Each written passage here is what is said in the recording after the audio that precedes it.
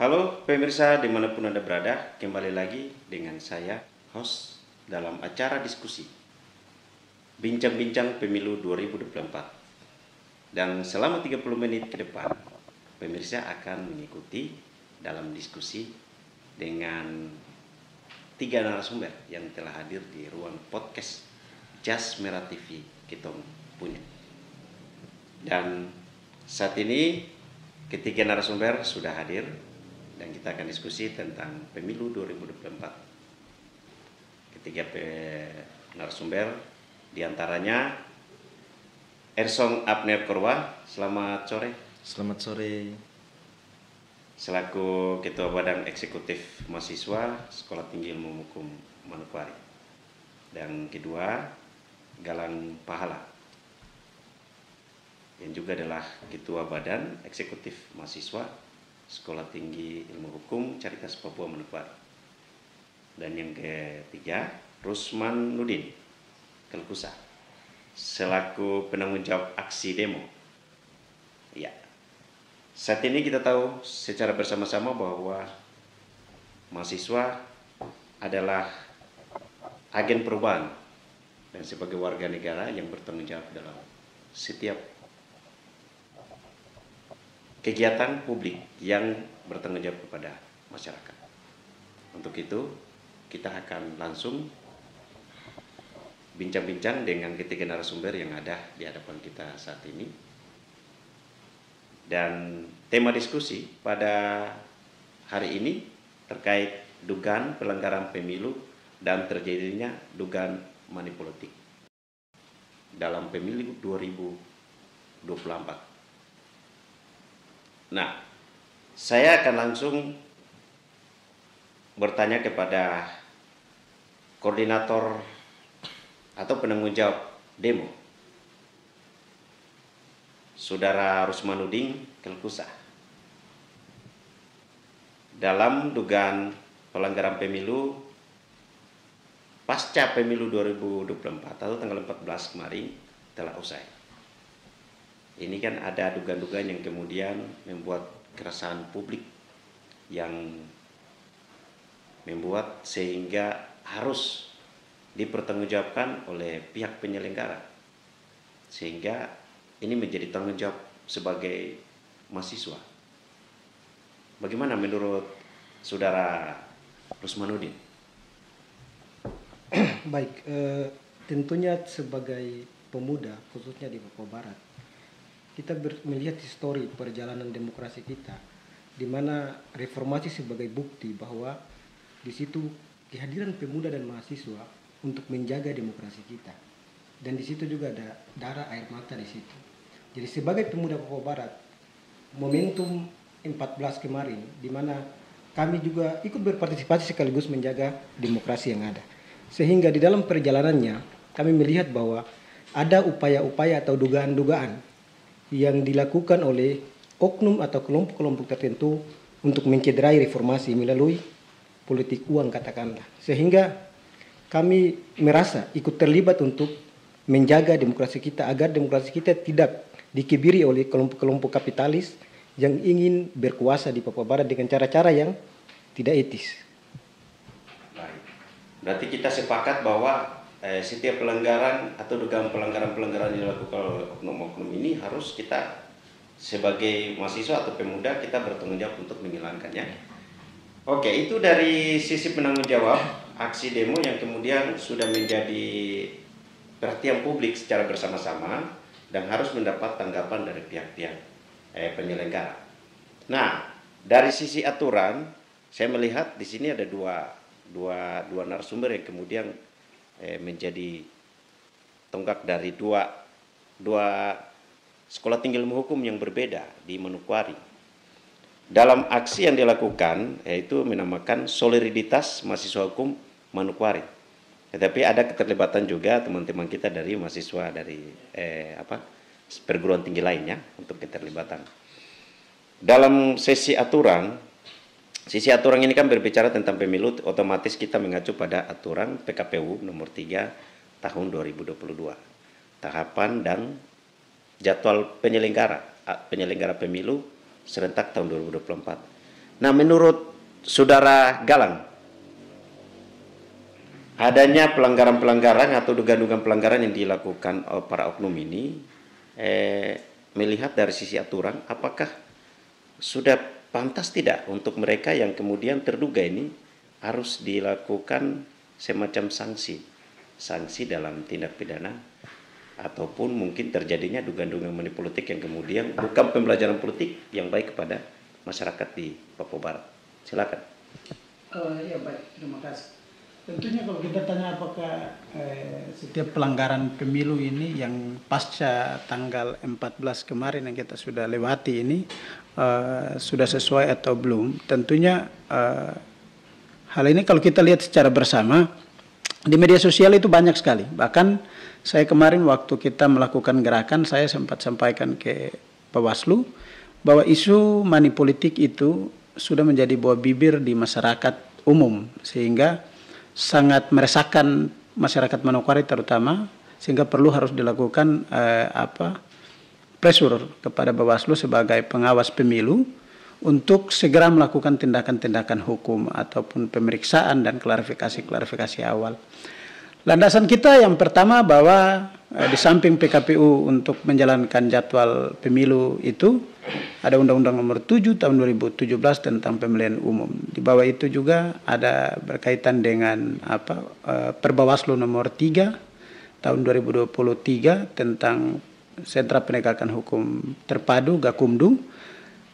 Yang berikut juga ada Peraturan Bawaslu Nomor 11 tahun 2023 itu mengatur tentang penyelenggaraan pengawasan dalam kampanye pemilihan umum.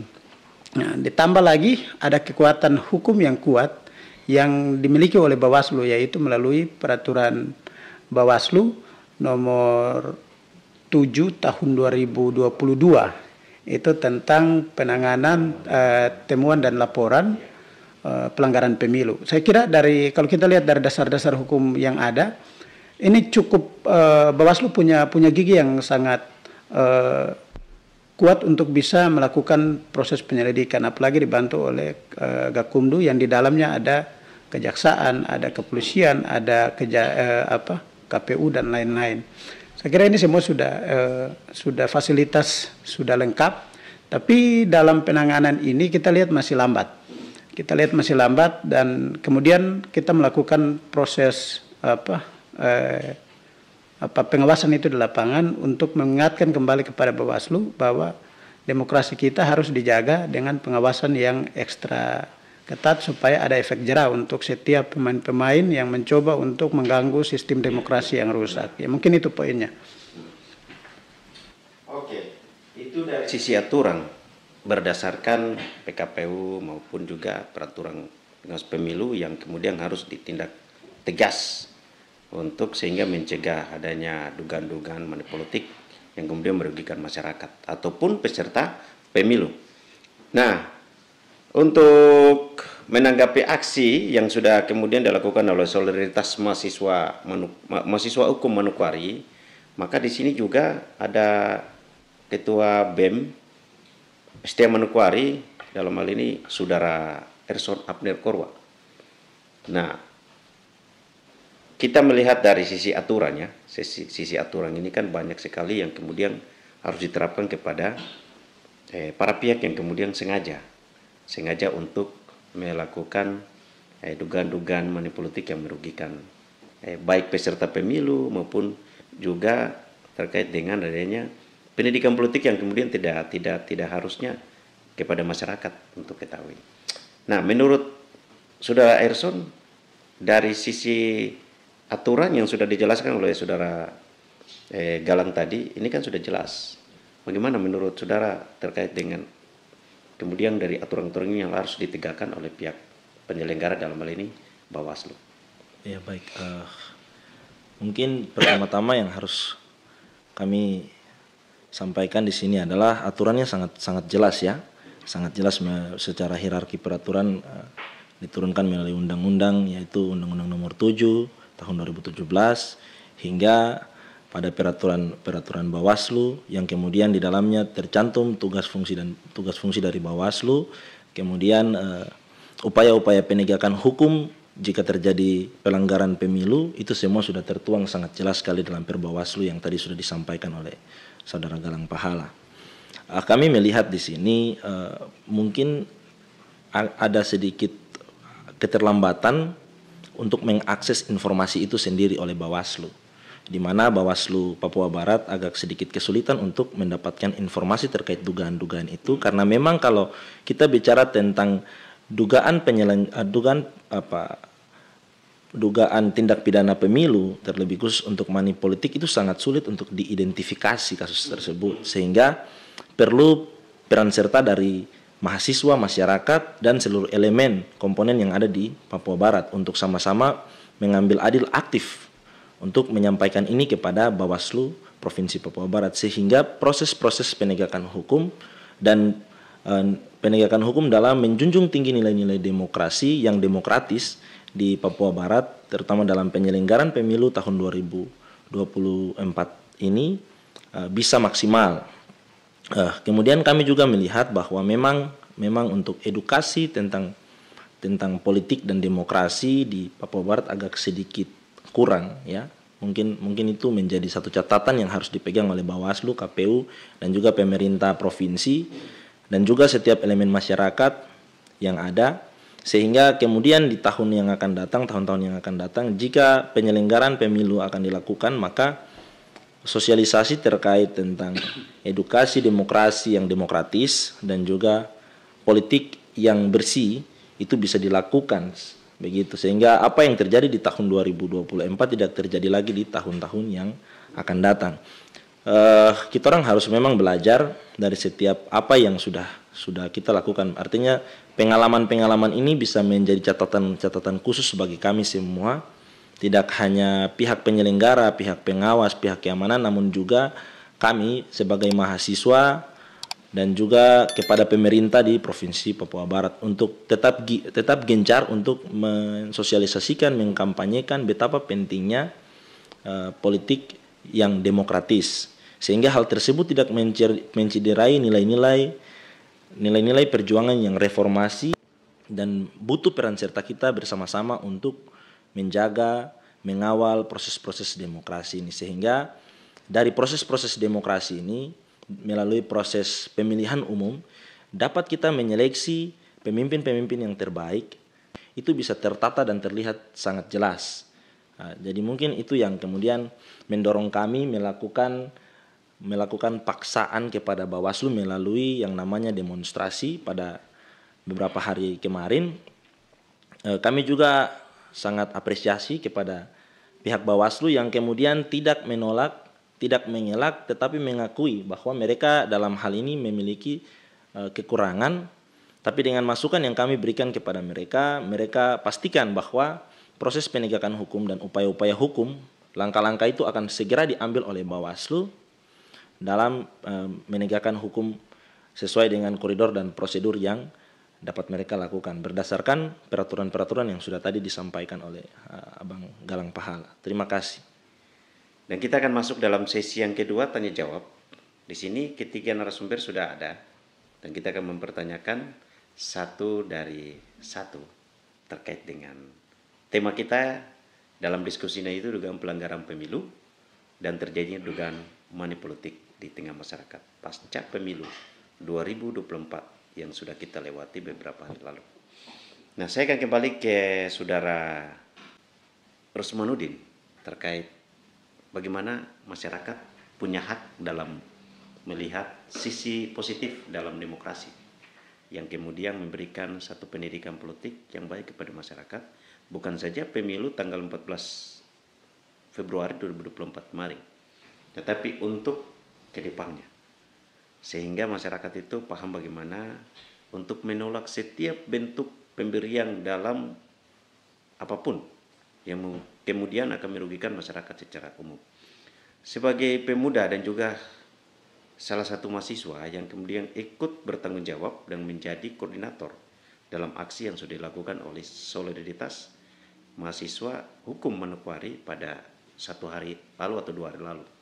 Nah, menurut Rusmanuddin seperti apa ini tanggung jawab masyarakat dalam melihat setiap pelanggaran-pelanggaran yang terjadi?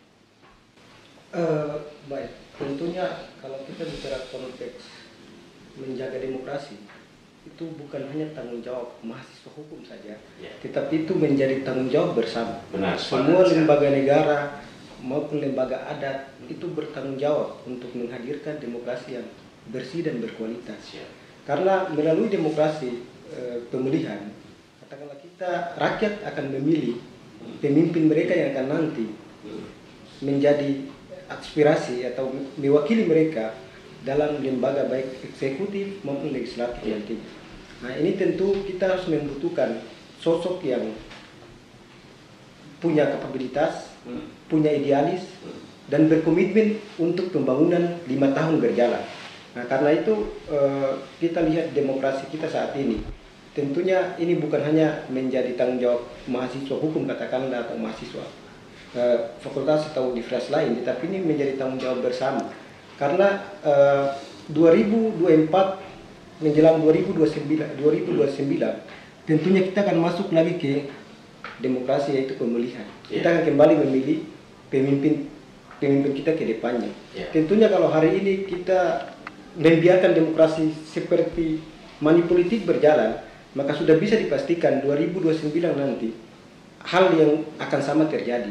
Dan yang akan menduduki posisi-posisi di situ itu juga hasil dari money politik dan lain sebagainya.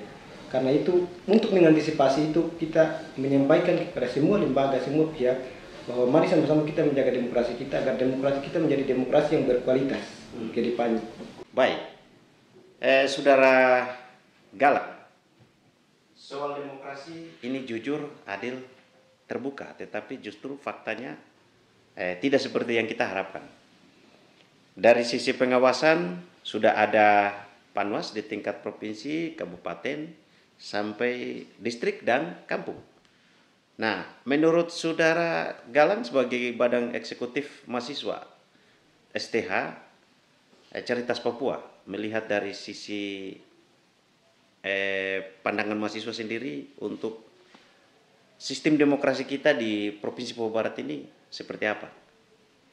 Ada hal menarik sebenarnya yang sering saya sampaikan dalam beberapa kegiatan sosialisasi kita.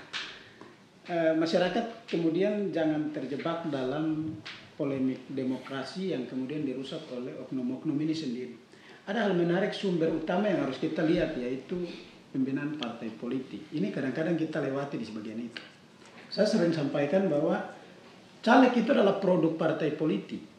Maka pembinaan partai politik melalui melakukan penjaringan sampai kepada penetapan calon, itu harus calon-calon yang berkualitas yang tadi disampaikan oleh kawan saya. Itu penting sekali.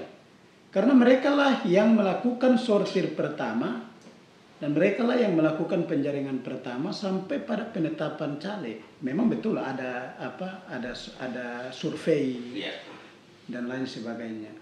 Nah, tapi dalam hal lain yang ingin kita lihat di sini adalah sumber utama mereka hadir ini kan, dan kemudian tidak dilakukan pembinaan secara mendalam. Tiba-tiba ada istilah orang bilang nanti pas hari pada saat mau dekat pemilu baru tiba-tiba mereka jadi kader partai. Nah, ini bahaya juga. Kenapa? Karena ideologi partai sendiri nanti tidak bisa mereka masuk sampai ke arena itu.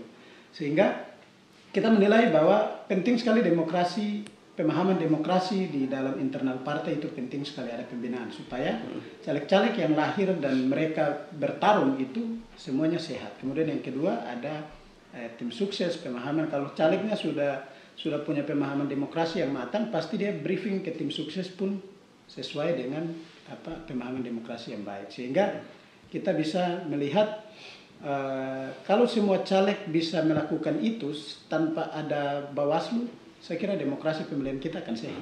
Itu poinnya. Makanya harus pertama sekali yang dilakukan untuk menuju kita punya demokrasi yang sehat dan bersih, jujur, adil, dan bebas itu, maka dimulai harus dari caleg, dari partai politik. Itu hal yang kemudian kita kadang-kadang kita tidak lihat di bagian situ. Makanya dalam beberapa kesempatan saya sampaikan, masyarakat hari ini terima produk partai politik yang mereka sajikan ke masyarakat untuk memilih mereka, tapi ketika mereka melakukan pelanggaran-pelanggaran politik, partai politik diam dan tidak mau bertanggung jawab, dianggap bahwa itu secara personal. Nah, ini yang harus penting sekali kita memberikan pemahaman di bagian ini supaya jangan semuanya disalahkan kepada rakyat, tetapi partai politik yang menyajikan ini pun harus bisa bertanggung jawab dan bisa melakukan pembenahan, evaluasi dan lain sebagainya. Itu poinnya mungkin. Disampaikan oleh saudara Rusmanuddin, dan kemudian kaderisasi yang harus dilakukan untuk pemimpin yang berkualitas dalam pasca pemilu yang sudah kita lewati. Nah, tetapi untuk menyiapkan generasi yang lebih baik lagi ke depan. Saya akan coba membuka ruang ini kepada saudara Erson terkait dengan penyiapan generasi yang kemudian dia mampu untuk membawa perubahan dan menghilangkan adanya dugaan-dugaan pelanggaran pemilu yang kemudian nanti terjadi tindak pidana bagi para pihak yang kemudian dirugikan secara sepihak. Nah, saudara Erson sendiri dalam sisi pemilu yang sudah kita lewati ini kan yang kemudian ada sesuatu yang muncul di publik dan merugikan masyarakat dan akhirnya masuk dalam sisi pelanggaran yang kemudian mahasiswa melihat hal ini kita harus lakukan turun jalan, dalam hal ini demonstrasi yang kemudian sudah dilakukan untuk turun ke pihak Bawaslu atau penyelenggara, sehingga hal-hal yang kemudian merugikan publik harus dituntaskan dalam sisi aturan-aturan yang berlaku. Nah, kalau menurut saudara Erson dalam pemilu 2024 yang baru saja kita lewati ini di Papua Barat, sampai sejauh ini ada tidak pelanggaran-pelanggaran yang kemudian sudah dilaporkan dan kemudian diproses secara prosedur dalam hal ini pihak penyelenggara Bawaslu?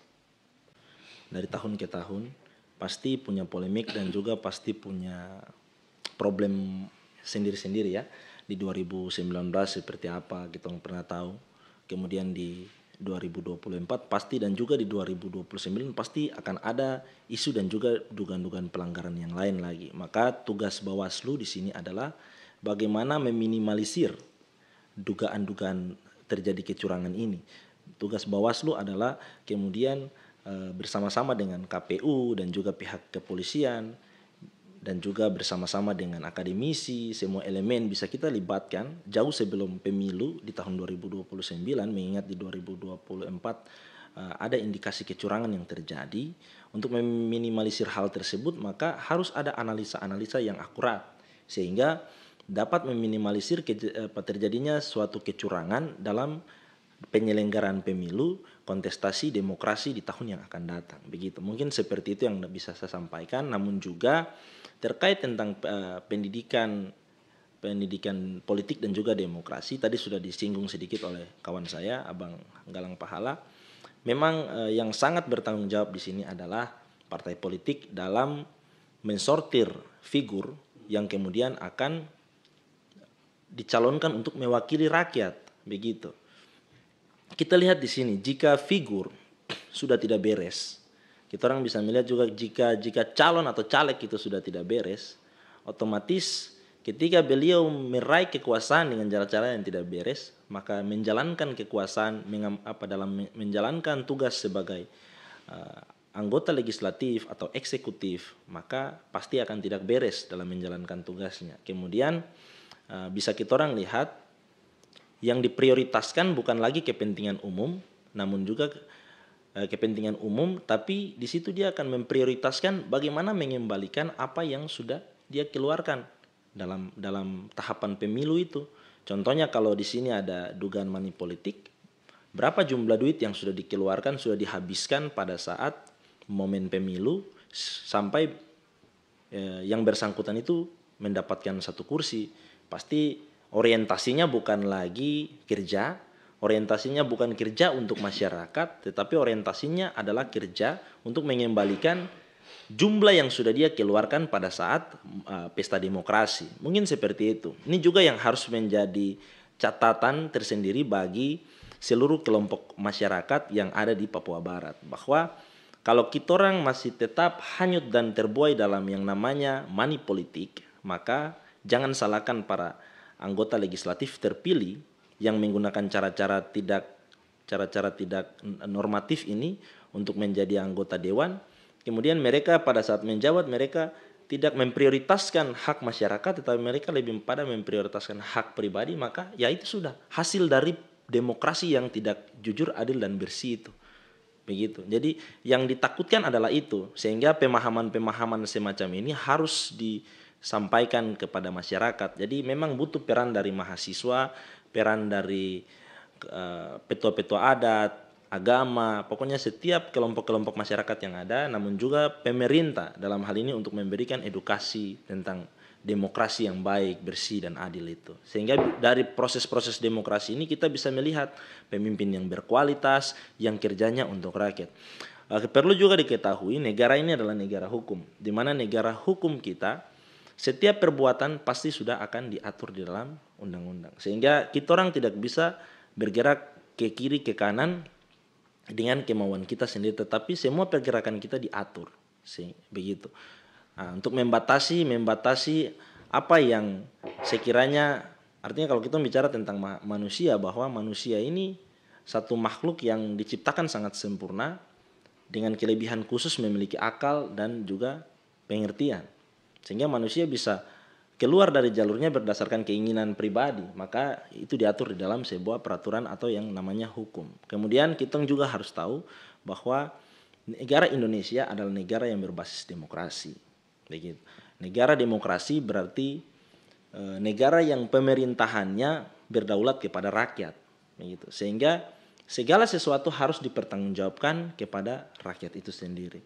Mulai dari kontestasi demokrasi hingga terpilih caleg-caleg ini menjadi anggota legislatif, bahkan juga menjadi anggota atau eksekutif di tingkatan yang ada, mulai dari presiden, gubernur hingga bupati atau wali kota, itu mereka bisa mempertanggungjawabkan itu kepada rakyat. Mungkin itu saja yang dapat saya sampaikan. Terima kasih. Ketiga narasumber ini sangat luar biasa sekali dalam memberikan argumennya terkait dengan pemilu 2024 dan dugaan-dugaan manipolitik yang kemudian sudah ada di tangan pihak penyelenggara, dalam hal ini pihak Bawaslu.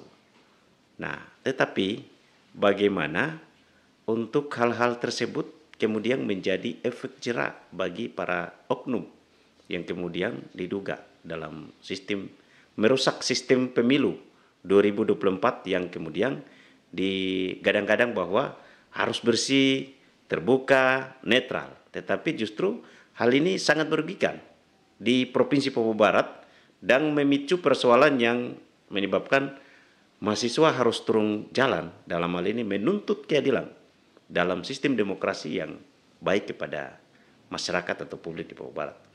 Nah, kali ini saya akan langsung tanyakan kepada Saudara Erson Korwa, bagaimana dari sisi mahasiswa untuk merangkul kepercayaan publik dalam hal pemilu yang kini dan akan datang nanti. Untuk itu, saya akan langsung bertanya kepada Saudara Erson. Erson, ini kan kita melihat dari sisi demokrasi yang sudah berjalan, dan sebenarnya kita berharap harus bersih, terbuka dan mudah dijangkau atau mudah diakses oleh masyarakat, dan harus hilangkan yang disebut dengan dugaan-dugaan manipolitik.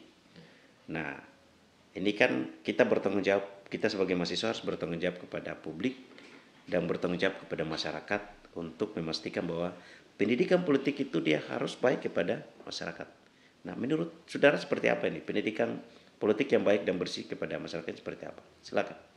Tentu saja pesta demokrasi ini sudah kita lewati, dan pasca pesta demokrasi ini banyak hal-hal yang kemudian dianggap menciderai nilai-nilai demokrasi itu sendiri. Kalau kita bicara tentang mensosialisasikan lagi, berarti kita sudah agak terlambat 2 atau 3 langkah di belakang itu. Tentu saja proses penegakan hukum atau upaya-upaya hukum harus diambil dengan tegas oleh pihak pengawas. Kemudian dalam hal ini juga ada di dalam barisannya Gakumdu, itu ada kejaksaan dan juga pihak kepolisian bersama-sama dengan Bawaslu serta KPU. Mungkin di bagian-bagian ini harus ada ketegasan dalam penegakan hukum, sehingga oknum-oknum atau siapapun yang di kemudian hari baru terlintas di kepala mereka ingin melakukan tindakan yang senonoh dan mencederai asas-asas dan nilai-nilai demokrasi akan berpikir 2 kali untuk melakukan hal tersebut. Sehingga ini juga menjadi satu langkah upaya pendidikan demokrasi kepada seluruh warga negara Republik Indonesia dan terlebih khusus untuk warga di Papua Barat. Mungkin hal itu harus, dan kemudian pihak Bawaslu dan juga pihak-pihak keamanan, pihak-pihak penegak hukum harus melakukan upaya hukum dan penegasan tindakan hukum terhadap oknum-oknum terduga, sehingga ini menjadi pembelajaran bagi kita semua dan di kemudian hari pasti tidak akan terjadi lagi. Terima kasih. Yang disampaikan oleh Saudara Erson, tetapi kita harus bersama-sama melihat bagaimana perang pemuda, terus perang mahasiswa, perang masyarakat, perang pemerintah untuk turut menjaga netralitas dari pihak penyelenggara. Nah, saat ini saya akan bertanya langsung kepada Saudara Rusman. Rusman, kira-kira dalam sisi netralitas dari pihak penyelenggara ini bagaimana? Kita lihat apakah dari sisi netralitas ini sudah berlaku atau tidak? Karena dari sisi tingkatan penyelenggara ini kan dari KPU turun ke bawah, ada KPUD sampai turun ke PPD di bawah. Terus ada pengawas juga. Pengawas yang sudah dilakukan dengan ribuan pihak yang terlibat dalam proses penyelenggaraan pemilu ini agar bersih. Tetapi justru dari sisi lain dia mencederai, dan kemudian viral kiri kanan dari medsos, karena masyarakat kita ini kan sudah paham penggunaan Android untuk akses cepat setiap hal-hal yang terjadi di tengah-tengah masyarakat, sehingga itu menyebabkan adanya sisi demokrasi yang sebenarnya kita tidak inginkan dari sisi publik yang merusak. Nah, menurut Saudara Rusman, dari sisi masyarakat atau pemuda, kira-kira melihat dari sisi aturan dan tanggung jawab pihak penyelenggara dalam sistem netralitas atau netralitas kepada penyelenggaraan seperti apa? Baik, sampai sekarang bahwa lembaga-lembaga terkait KPU Bawaslu masih memiliki netralitas. Siap. Karena kita ketahui bersama bahwa mereka bekerja berdasarkan aturan. Iya.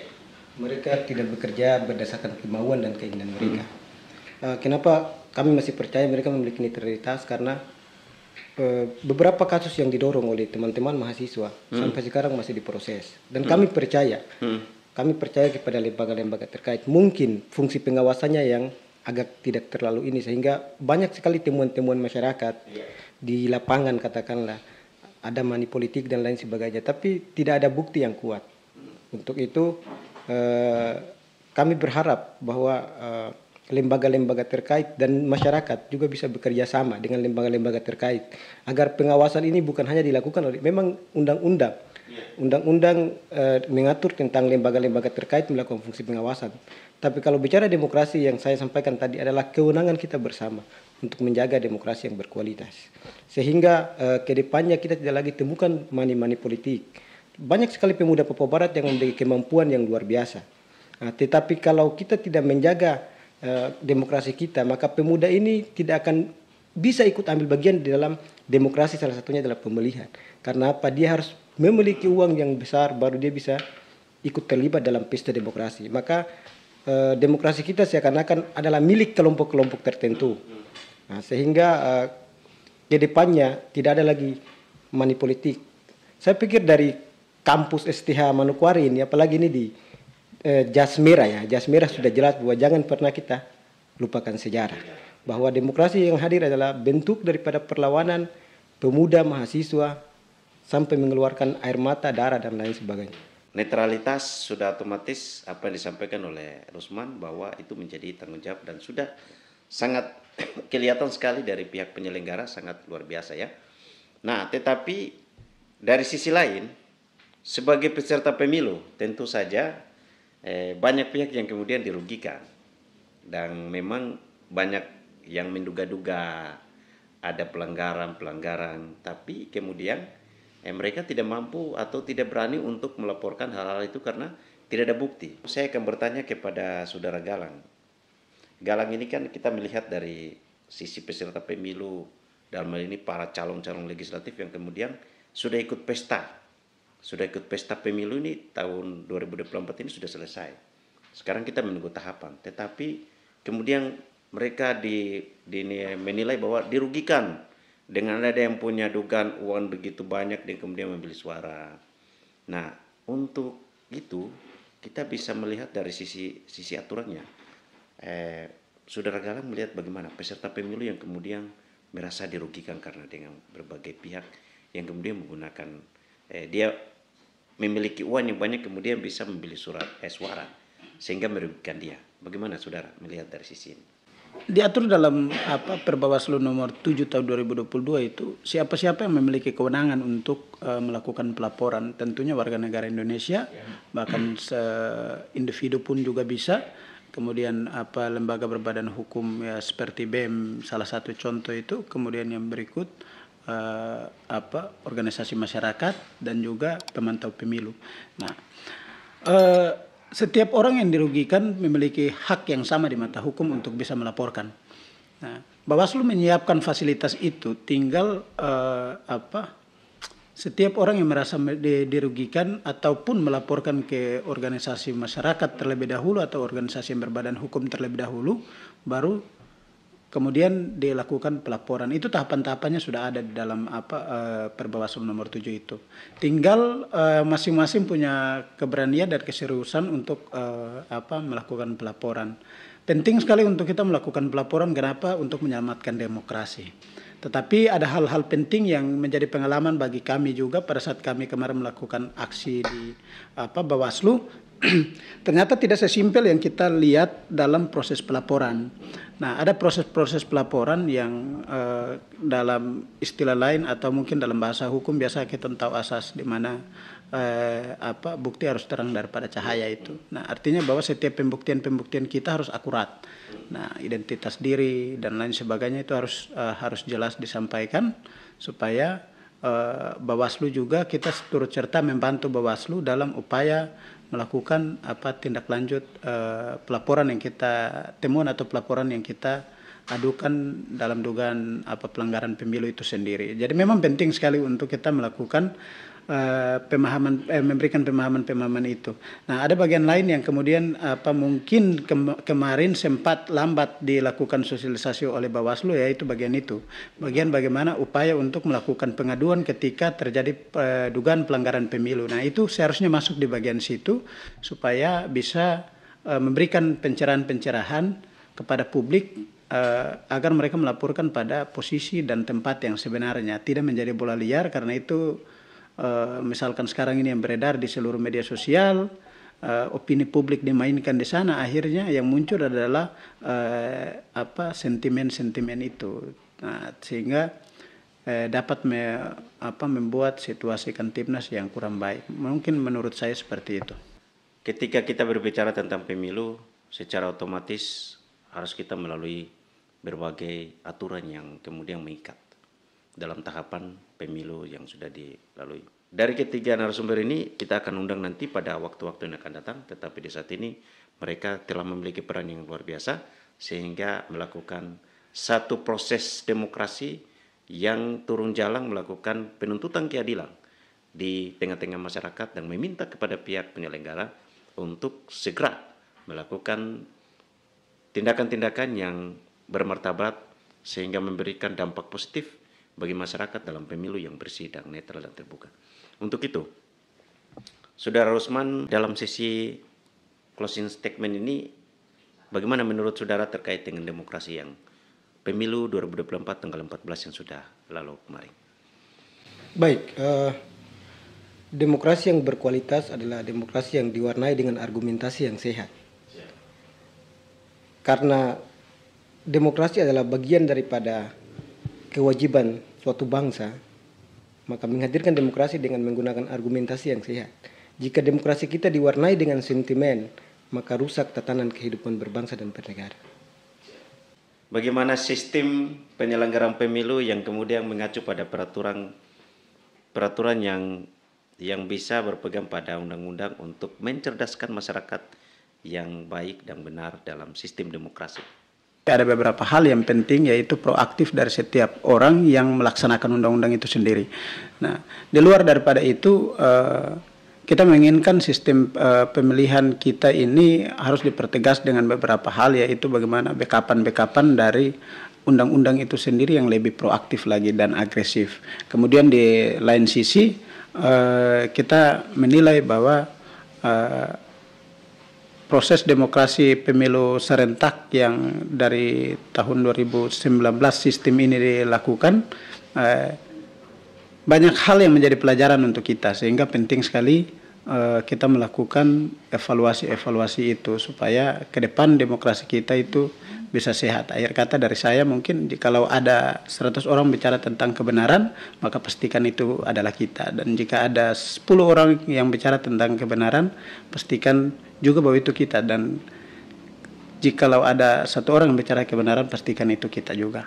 Nah, makanya sistem demokrasi hari ini kita harus memberikan sebuah apresiasi juga kepada pemerintah kita, terutama untuk KPU sebagai panitia pelaksana, Bawaslu, dan juga kepolisian dalam mengamankan setiap proses penyelenggaraan pemilu dengan baik. Yang terakhir, Vox Populi, Vox Dei. Kita harus menjaga suara rakyat sebagai suara yang mewakili kita untuk bisa menciptakan demokrasi dan juga menciptakan pemimpin-pemimpin yang berkualitas ke depan. Saudara Herson, kita tentu berpikir bahwa keadilan perlu ditegakkan dalam sisi demokrasi yang berharga dan bermartabat bagi masyarakat di Provinsi Papua Barat. Untuk terus melakukan pengawasan terhadap setiap kegiatan-kegiatan yang dilaksanakan oleh pemerintah dan tentu juga tidak merugikan kepada masyarakat, maka perlu ada kebersamaan dalam pengawasan oleh seluruh mahasiswa atau stakeholder dalam secara khusus untuk bisa memberikan keadilan dalam sisi demokrasi yang positif. Bagaimana statement terakhir dari saudara terkait dengan untuk merangkul mahasiswa di Manokwari, Provinsi Papua Barat, untuk kita menciptakan satu keadilan yang positif dalam sisi demokrasi yang baik ke depannya. Kita bicara khusus ya terakhir ini untuk mahasiswa se-Papua Barat, kita adalah agent of change, pelanjut tongkat estafet pembangunan bangsa ini. Kita di sini dalam tahapan posisi kita sebagai mahasiswa berarti adalah waktu di mana kita mengisi kapasitas dari intelektual berpikir kita. Sehingga peran fungsi mahasiswa sebagai kontrol publik, kontrol pemerintah, dan penyambung suara rakyat. Itu adalah tugas mahasiswa dan itu harus selalu dilakukan oleh mahasiswa. Juga pada tahapan kontestasi demokrasi yang sudah kita lewati hingga pada putusan terakhir dari penghitungan suara yang dilakukan oleh pihak penyelenggara. Maka tugas kami adalah mengawal itu sampai final. Dan dalam proses-proses pengawalan ini kami juga harus memastikan pemilu yang berbobot, yang bersih, adil, dan jujur itu terlaksana. Sehingga pemimpin yang lahir dari kontestasi demokrasi, yang dijebloskan dari kontestasi demokrasi ini adalah pemimpin yang benar-benar berkualitas. Kalau hari ini orang berkata atau ada asas demokrasi, artinya atas demokrasi tersebut kita tahu bahwa demokrasi adalah pemerintahan rakyat, dari rakyat, oleh rakyat, dan untuk rakyat, begitu. Tapi menurut saya demokrasi adalah pemerintahan pikiran oleh pemerintahan orang. Jadi orang yang ada di pemerintahan, yang mengisi posisi-posisi strategis di pemerintahan adalah orang yang memiliki gagasan, wawasan, konsep untuk membangun tanah Papua, terlebih khusus Provinsi Papua Barat. Mungkin itu adalah peran utama dari mahasiswa sebagai kontrol publik dan juga agen perubahan hidup mahasiswa. Bincang-bincang kita bersama 3 narasumber dalam tema dugaan pelanggaran pemilu dan terjadinya dugaan money politik dalam bincang-bincang pemilu 2024. Dan di sini saya di ruang podcast telah menyampaikan terima kasih banyak kepada para pihak yang sudah mendukung kita dalam diskusi di hari ini. Yang pertama kepada Bapak Dr. Philip Pomofma selaku Ketua STA Manokwari dan juga sebagai penanggung jawab ruang multimedia Jas Merah TV Kitong punya, dan yang juga adalah sebagai senator DPD RI Provinsi Papua Barat. Dan ucapan terima kasih juga kepada pihak STA Manokwari dan jajaran yang sudah telah mendukung proses atau tahapan dalam diskusi di hari ini, dan juga kepada pihak STH atau BEM STA Caritas Papua dan BEM STA Manokwari, dan juga kepada para pihak yang turut membantu dan memberikan kita dalam diskusi-diskusi yang sudah berjalan dengan berbagai informasi yang kami dapatkan dan juga bisa menghasilkan diskusi pada podcast di hari ini. Untuk itu, saya atas nama Anas Warpul mengucapkan banyak terima kasih kepada Saudara Ersong Abner Korwa dan Saudara Galam Pahala dan juga Saudara Rusmanudin Kelkusa yang sudah hadir di ruang diskusi kita pada hari ini. Untuk itu, kami menyampaikan banyak terima kasih kepada tim yang juga turut mensukseskan diskusi pada hari ini.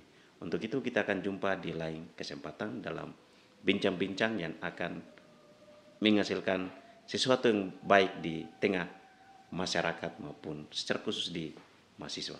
Sekian dan terima kasih. Sampai jumpa di lain waktu bersama saya Anas Warpul langsung dari studio Jas Merah TV Kitong punya. Sekian dan terima kasih. Assalamualaikum warahmatullahi wabarakatuh. Shalom. Salam Jas.